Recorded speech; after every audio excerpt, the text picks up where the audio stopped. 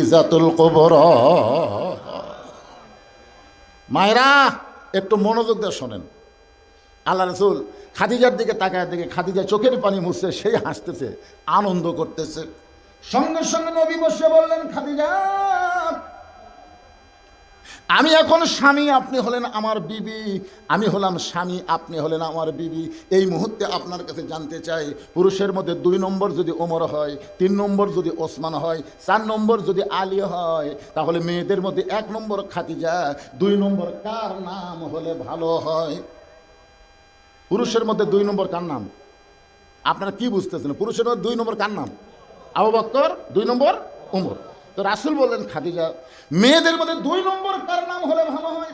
খাদিজা বলতেছে, রাসূলুল্লাহ আমার কাছে যখন শুনবার চাচ্ছেন তাহলে শোনেন, আমার কলিজার টুকরা মেয়ে ফাতেমাকে আল্লাহ যেন 2 নম্বরে রাখে।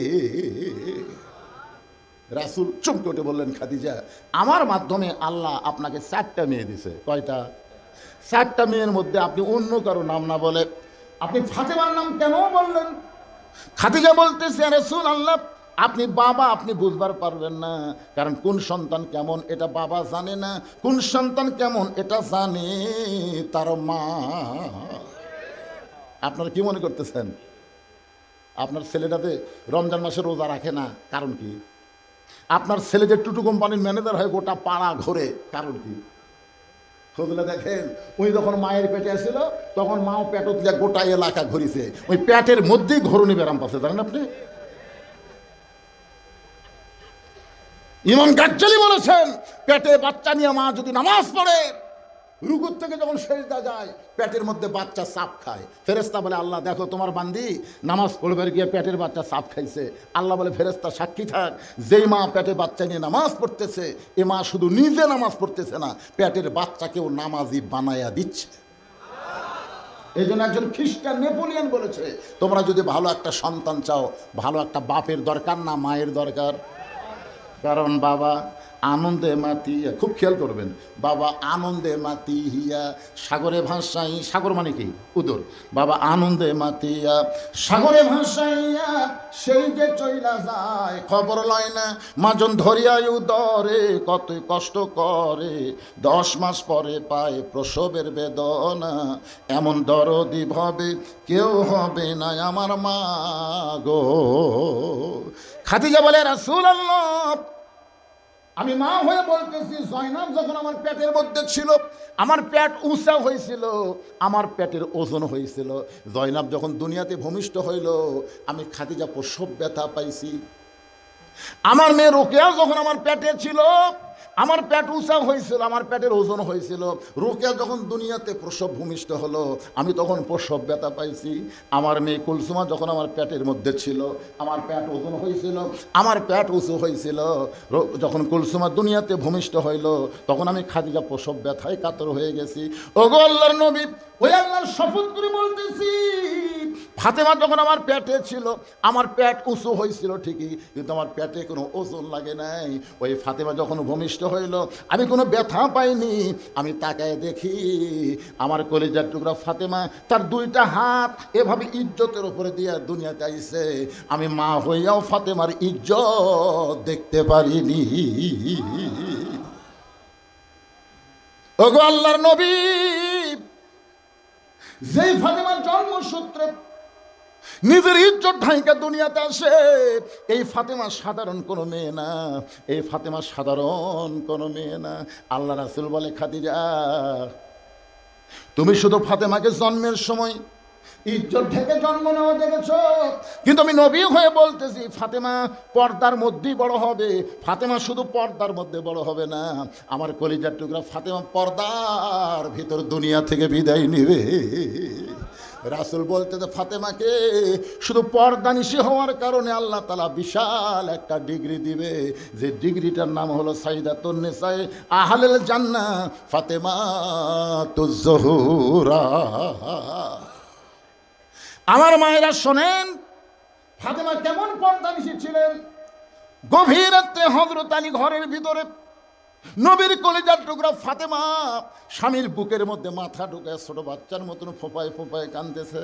আলী বলতেছে, ফাতেমা ঘুম পাড়া বাদ দিয়ে এমন করে তুমি কেন কাঁদতেছ?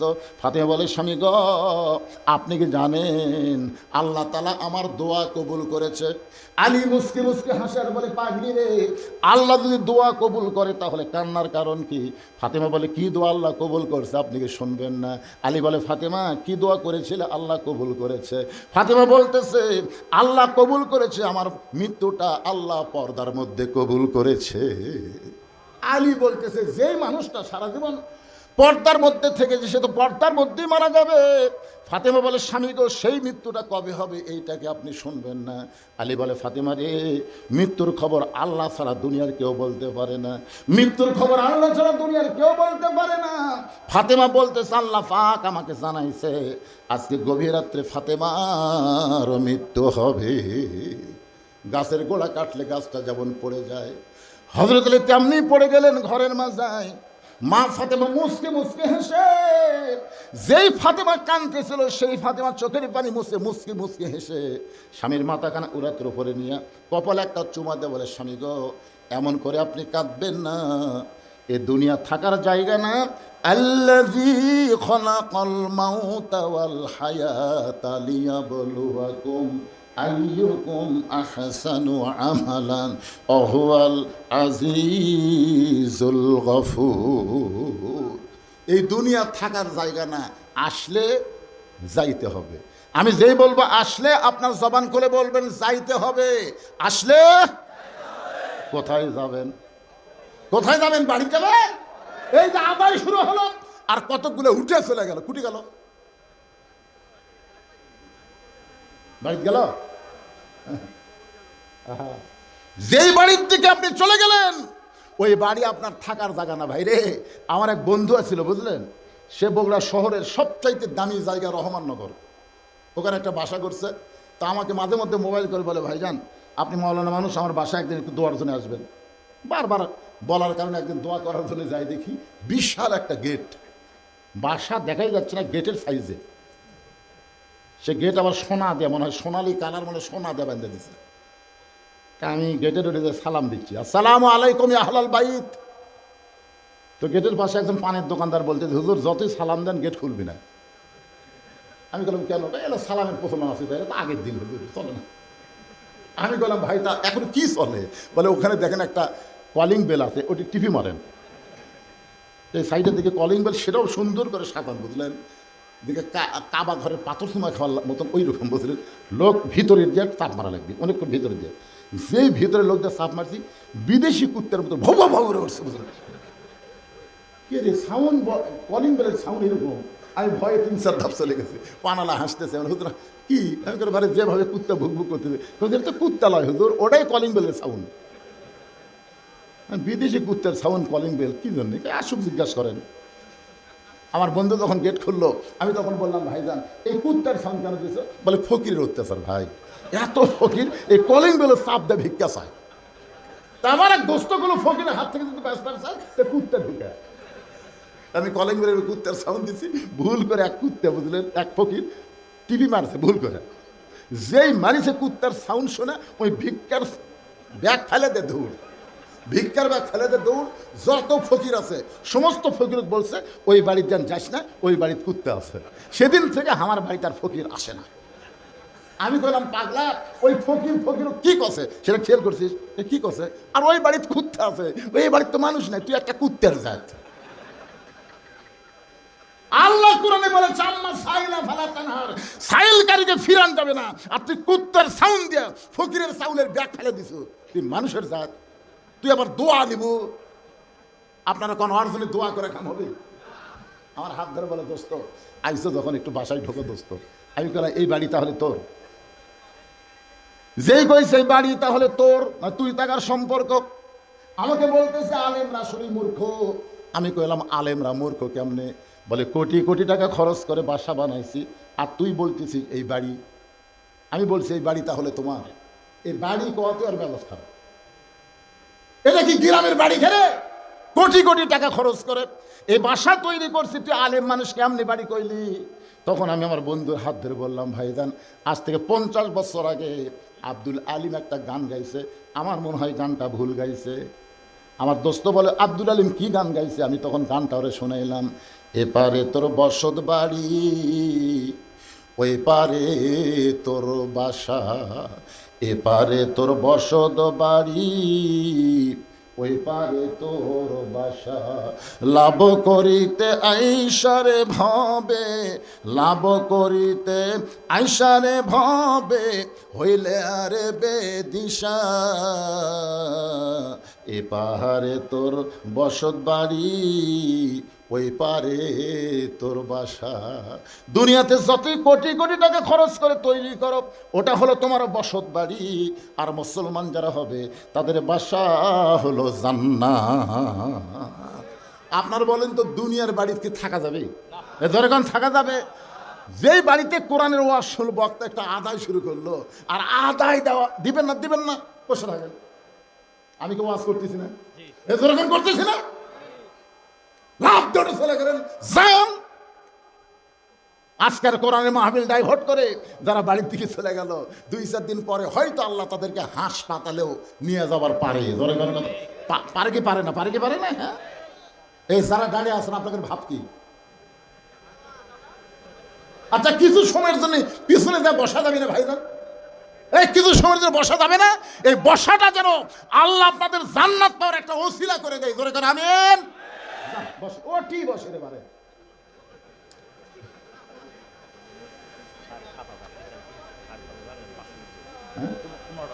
মাশাআল্লাহ, এই ফাঁকে আরো 15টা কোরআন শরীফ বাবদ 7,500 টাকা পাওয়া গেছে। আল্লাহ যারাই যে নিয়ত করে দিছে, আল্লাহ তাদের সকলের নেক নিয়ত নেক আশাকে আল্লাহ কবুল করুক। জোরে বলে আল্লাহুম্মা আমিন।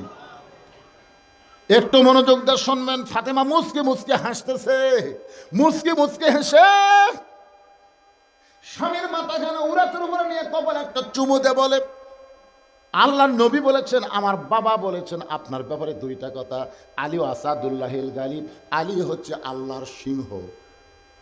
রাসূল বলেছেন, আনা মাদিনাতুল ইলমি আলী ও বাবুহা, আমি হচ্ছে ইলমের শহর, আলী হচ্ছে তার দরওয়াজা। আল্লাহ রাসূল বলেছেন, আমার 4 জন সাহাবী 1 নম্বর। কয়জন? তো সব সাহাবীরা বলল, হুজুর 4 জন 1 নম্বর কেমনে হয়? আল্লাহ রাসূল বললেন, নরমে 1 নম্বর আবু বকর, গরমে 1 নম্বর উমর, সম্পদে 1 নম্বর ওসমান, আর জ্ঞানের দিক দিয়ে 1 নম্বর আলী। সে আলী হলেন শিক্ষামন্ত্রী। মনে আছে না? ভুলে গেছেন? ওমর ফারুকের বেটা বাপের কাছে খাড়া হয়ে আছে, মনে আছে? জুব্বা লম্বা দেখে খুতবা বন্ধ করে দিছে। আপনারা ভুলে গেলে আমি সেই বক্তা না যে ভুলে যাবো। আমার ওয়াজ যারা ইউটিউবে শুনছেন, আপনার বলেন তো একটা লাইন ছাড়া ওয়াজ আছে? মানে যেইটা ধরবো সূরা মুলকের 2টা আয়াত, এইটা মুড়ে দিয়ে আপনাদের নিয়ে আমি মোনাজাত করব, তাতে যদি রাত 12টা বাজে অসুবিধা নেই।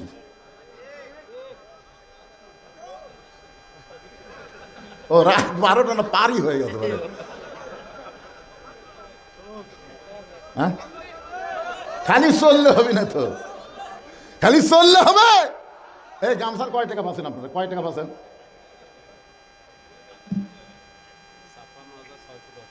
সব মিলে কোরআন টোরআন সব ধরে 56,610।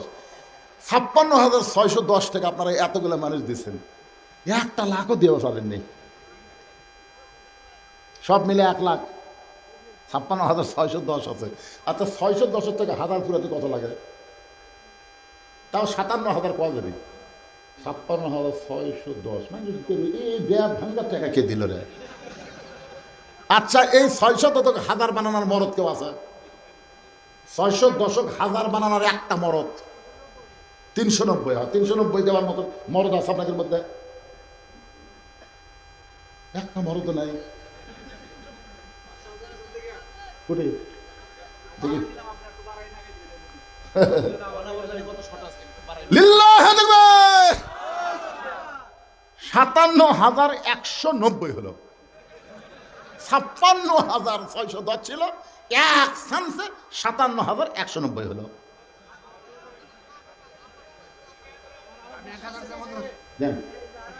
মাশাআল্লাহ, 58,190 90 হয়ে গেল, একবারে 1000 পেয়া 58,190, কেন 60,000, 60,000 হবে না?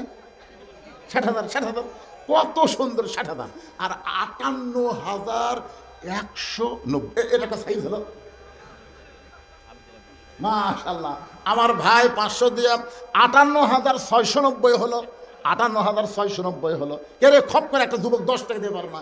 10 টাকা দিলে তো একটা মিল হয়। এই 90 বলতে কত কষ্ট হয়। কি পিছন থেকে একজন 500 দিয়ে আবার 59,190 হলো। এবার এই 90টা কেউ সাইজ করে পারতেছে না, এই 90 করতে খুব কষ্ট লাগতেছে। ওটা কয় টাকা বাবা?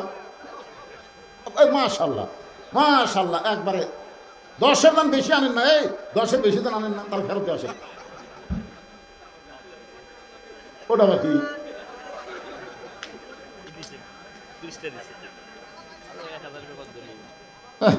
কি না হিসাব করার ফল হবে না।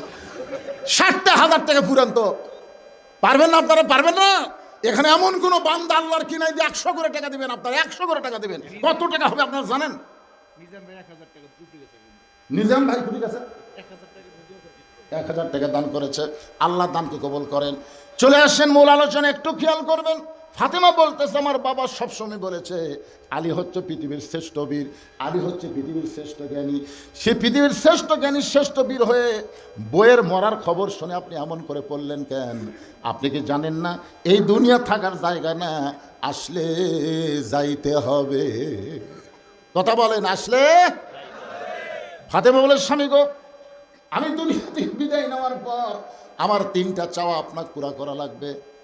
আলী বলে, ফাতেমা, দুনিয়ার জীবনে গরিব ছিলাম বলে তুমি কিছুই চাইলা না, মরার পরে তুমি কি চাইবা? ফাতেমা, এই 2 হুজুরকে রে মাঝখানে খেলে ঘরে, এই 2 হুজুরের নিয়ত কে? হুজুররা ঘুরিস কে বাবা? 1 নম্বর চাওয়া হলো রাতের অন্ধকারে মৃত্যুবরণ হবে, রাতের অন্ধকারে আমাকে দাফন করা লাগবে। 2 নম্বর চাওয়া হলো আমার কোনো জানাজার ব্যবস্থা করবেন না। আমার 3 নম্বর চাওয়া হলো আমার লাশটা খাটনিতে তুলবেন না। আমি ফাতেমা হিসাব করে দেখলাম আমার খাটনি কান্দে নেওয়ার যে 4 জন পুরুষ মানুষ দুনিয়াতে নেই। পর্দানিশী নারী কারে কয়? পর্দানিশী কারে কয়? আমি মরে যাওয়ার পরে 4 জন পুরুষ আমার দুনিয়াতে নাই যে ফাতেমা আর খাটনি কান্দে নিবে। যদি আমার বাবা দুনিয়াতে জীবিত থাকতো, মরা মেয়ের লাশের খাটনি বাবা কান্দে নিবার পারতো।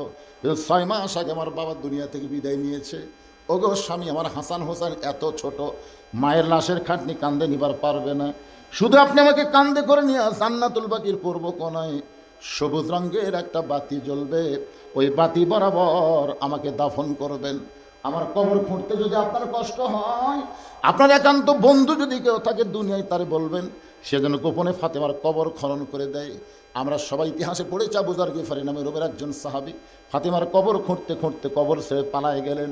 নির্দিষ্ট সময়ে হযরত আলী ফাতেমার লাশটা জান্নাতুল বাকির পূর্ব কোণায় গিয়ে দেখে সবুজ রঙের একটা বাতি জ্বলতেছে, যেই বাতির কোনো তার নাই, যেই বাতির কোনো সুইচ নাই, বিনা তারে বিনা সুইচ আমার আল্লাহ তাআলা অটোমেটিক জ্বালায়া দিছে।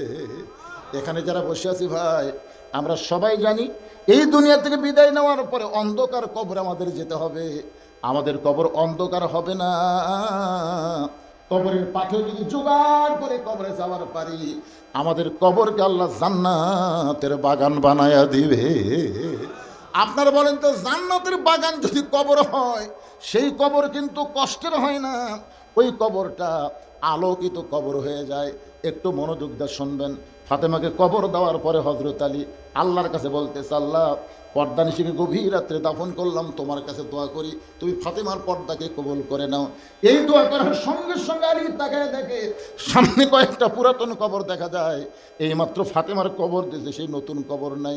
গোটা জান্নাতুল বাকি দৌড়ায় আর কান্দে আর বলে, ফাতেমার কবর, ফাতেমার কবর। নিজের হাতেই কবর দিলাম, সেই কবরটা গেল কোন জায়গায়? কে যেন ডাক দেয়, বলে, আলী, ফাতেমা পর্দানিশী, আমি আল্লাহ জোহরা ডিগ্রি দিয়া ফাতেমার কবরটাকে কিয়ামত পর্যন্ত পর্দা করে দিয়েছি। আমার মায়েরা এখানে পরকীয়ার কথা বলতেছে। মা, আপনি যদি পর্দার মধ্যে থাকেন, 5 ওয়াক্ত নামাজ পড়েন, স্বামীর যদি কথা মতো চলেন, তাহলে আপনার স্বামী পরকীয়া করবে না। আপনার স্বামী আপনার প্রতি এমন একটা মহব্বত হবে, অন্য কোনো মেয়ের দিকে ভুল করেও তাকাবে কথা কর না কেন? বাড়িতে এসে খাও খাও খাও খাও করে খাও খাও। মরদ মানুষ বাড়িতে এসে যদি শান্তি না পায় সে তো পরকিয়া করবেই রে। মরদ মানুষের দোষ দেন কেন? সর্বপ্রথম জান্নাতে অপরাধ শুরু করছে কে? হাওয়া। হাওয়া জান্নাত যাও, মরদ মানুষ শান্তি থাকবে দেয়নি। জানেন আপনারা? জান্নাত যাও নিজে গন্ধম ফল খাসে খাসে আবার শরবত করে আদম রে খাওয়াছে। কি যখন হাওয়া মুসকি মুসকি হাসতেছে তখন আদম কয়, কেরে হাওয়া হাসো কেন? বলে ফল আকারে পারিনি তো, ওটা শরবত করে আপনাকে খাওয়াছি। সঙ্গে সঙ্গে আমাদের বাবা এই বাম হাতে টুটি সাইপা ধরছে শরবত যেন ভিতরে না যায়। তারপরেও ডান হাতখানা গলার মধ্যে ঢুকাই দেয়া রক্ত বমি করে আফসোস করে বললে, হাওয়া তুই আমাকে নির্যাতন করলি। সর্বপ্রথম পুরুষ নির্যাতন শুরু হয়েছে, নারী নির্যাতন না, পুরুষ নির্যাতন। ধরে কোন কথা? সর্বপ্রথম একটা পুরুষ মানুষ পরকিয়া করবি না, বাড়ির ভালোবাসা পায় না, কি করবি? খালি খাই ইটে নেই ওটে নেই, বুঝবেই না পুরুষ মানুষের কি পজিশনে আছে। এলাকার সব নেতারা পলে গেছে, নেতার গার্মেন্টস কোম্পানি সব বন্ধ হয়ে আছে। এখন টাকা কুটি পাবি রে ভাই, এত টাকা আদায় কম হওয়ার পেছনে আমি জানি না। এলাকার ব্যবসা বাণিজ্য কিছুই নেই। সালমান এফ রহমানের বড় কোম্পানি এলাকার, জোরে কোন ঠিক কিনা? ওই তো নৌকার মাঝে হয়ে ধরা খাসা।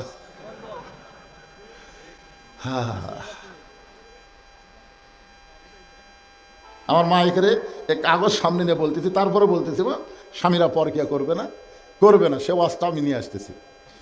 একটু মনোযোগ দিয়ে শোনেন। আব্দুল্লাহ ইবনে ওমর যেই বলতেছে, তোমরা তো খাটো পাঞ্জাবি হলেও নতুন কাপড় পরে নামাজ পড়তে আইছো, কিন্তু আমার দিকে তাকায় দেখো আমার কোনো নতুন কোনো কাপড় নাই। ওসমান গনি বলে, আব্দুল্লাহ আজকে জুমার দিনে সবাই নতুন পোশাক পরেছে, তুমি কেন পুরাতন কাপড় পরলা? আব্দুল্লাহ বলতেছে, আমি যদি আজকে নতুন পোশাক পরতাম তাহলে আমার বাবার গায়ের জুব্বা লম্বা হতো না। তোমরা সবাই শোনো, তোমরা যখন ঘুমায় থাকো আমার বাবা তখন ঘুমায় না। যেদিন থেকে মদিনার খলিফার দায়িত্ব পাইছে সেদিন থেকে আমার বাবা চোরের মতন চুপি চুপি মানুষের দুঃখ কষ্ট নিজের চোখে দেখে বেড়ায়। গভীর রাতে আমার বাবা হযরত ওমর আব্দুল্লাহ বলে আমার দরজায় ডাকতেছে। আমি দরজা করে তাকায় দেখি বাবার হাতে একটা পাঞ্জাবি। আমি বললাম, বাবা একটা পাঞ্জাবি বাইতুল মাল থেকে পাইছি, আর একটা পাঞ্জাবি দিবে রাইছেন। ওমর ফারুক কোরআন থেকে তেলাওয়াত করলেন, ইন্নাল্লাহা ইয়ামুরুকুম আন তুআদ্দুল আমানাতি ইলা আহলিহা ওয়া ইযা হাকামতুম বাইনান নাস আন তাহকুমু বিল আদল। আব্দুল্লাহ রে, একটা পাইছিস আর একটা দিবে রাশি নাই, বরং এই ছোট পাঞ্জাবিটা আমার ভাগে পড়েছে। এখন তুই বল রে আব্দুল্লাহ, এই ছোট পাঞ্জাবি পরে আগামীকাল জুমার খুদ্া আমি কেমনে দেই? কারণ মুসল্লির পাঞ্জাবি ছোট হলে সমস্যা নেই, ইমামের পাঞ্জাবি ছোট হলে সবাই ইমামের কিছু দেখে না রে, ইমাম খালি জাতীয় ইমাম করলে হইবি কে ভাই? আমার এলাকার এক মেয়ে কয়, হুজুর আমার স্বামী এতই সুন্দর, রাস্তার যখন স্বামী নিয়ে যাই রাস্তার মেয়েগুলো খেলে আমার স্বামীর দিকে তাকে থাকে, আমার খুবই খারাপ লাগে। আমি আমার স্বামীকে একলাই দেখবো, অন্য মেয়েরা দেখে, এমন কোনো দোয়া আছে যে দোয়া পোড়া ফু দিলে আমার স্বামীর দিকে কেউ তাকাবে না? আমি বললাম, মা দোয়া নাই, তবে একটা দাওয়া আছে। মেয়েটা বলে, হুজুর কি দাওয়া? আমি বললাম, তোমার স্বামী চাচা বানাও। যেই কইছি চাচা বানাও বুঝবার পারেনি। হুজুর আপনি আলেম মানুষ কি করলেন? আমি বললাম, পাগলি চাচা কবার কাহিনি তো বানাবার খুঁজি, বানা চাচা বানা। তখন ওই স্বামীর হাত পাও ধরে ওই দাঁড়িয়ে গেছে। এখন স্বামীর দাড়ি 4 আঙ্গুল হয়ে গেছে। কিছুদিন পর মোবাইল করে বলে, হুজুর আমার স্বামী নিয়ে রাস্তার ধরি, একটা মেয়েও আমার স্বামীর দিকে তাকায় না, যদি কেউ ভুলে তাকায় সালাম দেখায়, চাচা কেমন আছে। তা আমার সামনে আমার স্বামী চাচা করলে আমার না খুশি লাগে। হুজুর দেখছেন, আমার এই কথা শুনে এক মেয়ের স্বামীকে সবসময় কয় যে চাচা হও, স্বামী হয় না। তা আমার বলে, হুজুর আমার স্বামী তো ট্যাবলেট খাচ্ছে না। আমি বলে, আর একটা ট্যাবলেট দিলাম, এটা আমল করো। তো আমার ট্যাবলেট হলে স্বামী দেয়, কেবল দাড়ি মোছ চাইছে আর বাড়ির গেছে, মানে মোছও নেই দাড়িও নেই। এমন সময় বউ হাত ধরে ড্রেসিং টেবিলের সামনে গেছে। ড্রেসিং টেবিলের সামনে দিয়ে বলতেছে, দেখো তোমার সাইজ আর আমার ঢপ একই, মানে তোমার সাইজ আর আমার ঢপ একই, তোমারও দাড়ি মোছ নাই আমারও নেই। কিছুক্ষণ পরে বউ বলতে, আল্লাহ যদি আমার দাড়ি মোছ দিত। স্বামী কয়, এই পাগলি, মেয়ে মানুষের কোনোদিন দাড়ি মোছ হয়? বউ কয়, এই পাগলা, মরদ মানুষ কোনোদিন দাড়ি মোছ চাচা হয়? এমন ডোজ দেওয়া দিছে ভাই, তোমাকে দেখলে খালি নাবালক মেয়ের মতন লাগে, মরদ মানুষের একটা ঢপ নেয়। আর ওর মুখে মাথার টুপি দিয়ে কয় জাতীয় ইমাম, এতই সোজা। ওমর ফারুক বলে, আব্দুল্লাহ তোর কাপড়টা আমাকে দান করে দে। আব্দুল্লাহ বলে, গভীর রাত্রে আমার পাঞ্জাবি বাবারে দান করে দিলেন। বাবা আমার পাঞ্জাবি তার পাঞ্জাবি একত্র করে লম্বা জুব্বা বানায় খুতবা দেয়। এখন বলো বাবার খুতবা শোনা যায় কি না যায়? সমস্ত সাহাবীরা চিল্লায় বলতেছেন, আল্লাযী খালাকাল মাউতা ওয়াল হায়াতা লিয়াবলুয়াকুম আইয়ুকুম আহসানু আমালা। যখন কোরআন দিয়ে রাষ্ট্র চলবে তখন নেতাদের কাছ থেকে এমন সুন্দর আমল মুসলমানেরা দেখতে পাবে। কি আল্লাহ আমাদের সবাইকে কবুল করুক, দরকার আমিন। আপনারা বলেন তো, কোন নামাজ জামাতে আদায় না করলে মুনাফিক হয়? এর থেকে একদম ফতুয়া মারছে, ফজর আর আসর। ফজর আর আসর, ফজর আর এশা। তো এশারটা খুব একটা গুরুত্ব দেওয়া হয়নি, ফজরটা দেওয়া হয়েছে। আমার এলাকার এক মুয়াজ্জিন সাহেব ওয়াজ শুনছে, বুঝলেন? ওয়াজ শুনে রাত 1টার পরে বাড়িতে গেছে, ঘুমাচ্ছে। গ্রামের মসজিদ আর ফজর আজান হয়নি। তো যারা ওয়াজ শুনবার যায়নি তারা চিন্তা করে আজান চারিদিকে হলো, আমাদের গ্রামে হলো না কেন? মসজিদ এসে থেকে তালা বন্ধ। এখানে মুয়াজ্জিন তালাও খোলেনি, আজানও দেয়নি। তার মুয়াজ্জিনকে অসুস্থ নাকি? 4-5 জন মুয়াজ্জিনের বাড়িতে গেছে, মুয়াজ্জিন সাহেব, মুয়াজ্জিন সাহেব। মুয়াজ্জিন লাফ দিয়ে উঠছে, কে রে ভাই, অসুস্থ রেখে? না। তো চারিদিকে আজান হয়ে গেছে, মসজিদের তালা খুলে দিছে, তুই তালাই খুলিস না, আজান দিসনি, কারণ কি? তোর মুয়াজ্জিন বেড়ে এসে কান ধরে বলতেছে, আজ থেকে তওবা করলাম, আর রাত জায়গা ওয়াজ শুনবো না। আজ থেকে তওবা করলো, রাত জায়গার ওয়াজ শুনবো না। কারণ রাত জায়গা ওয়াজ শুনলে আজান দেওয়ার জন্যই চেতন পাওয়া যায় না, তাহলে ফজর। তো এই জন্য আপনারা যদি মাহফিল করেন, রাত 12টার পরে মাহফিল শুনবো না। রাজি আছেন?